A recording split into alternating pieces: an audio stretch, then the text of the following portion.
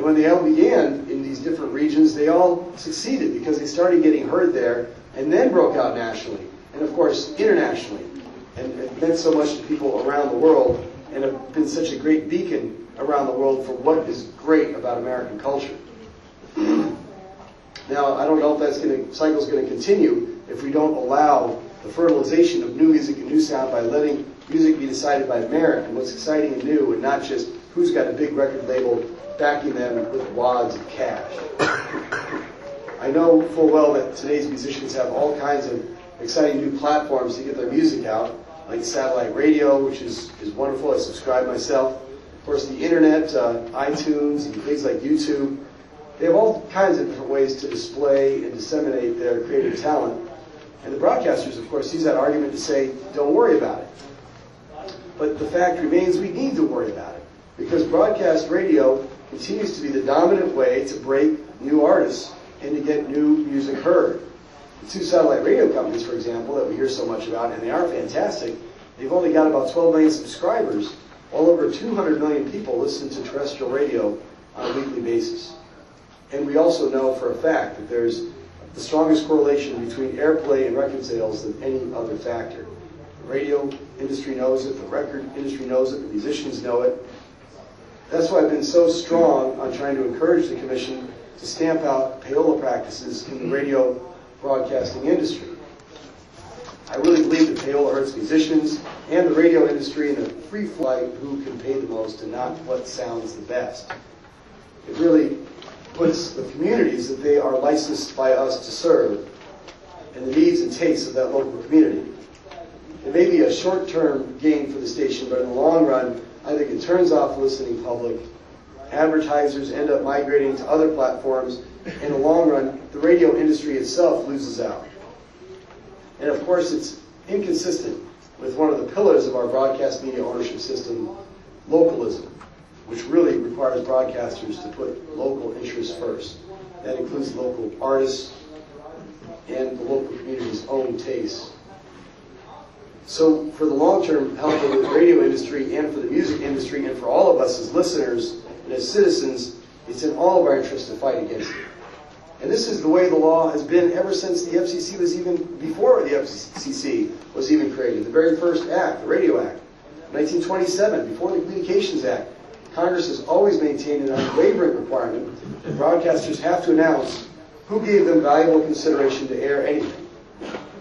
These federal sponsorship identification rules are an unequivocal legal obligation up and down the chain of production and distribution to disclose all forms of consideration.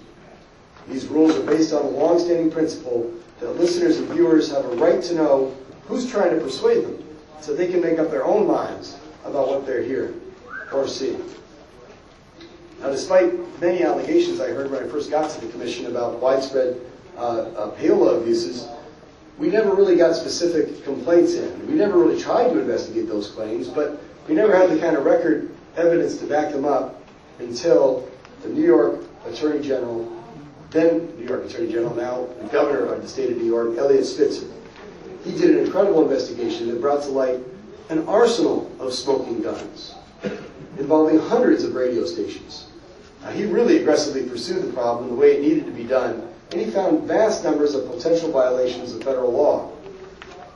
And at my urging, the FCC launched an investigation based largely on the documents that we got from the Attorney General's office. Now, our Enforcement Bureau made the decision to focus on the corporate practices of just the four largest radio station groups, Clear Channel and Entercom and CBS and Citadel, to look into these allegations. They figured they'd start with the big ones first. I don't want to comment too much on this ongoing investigation, but I'd like to make just three general points.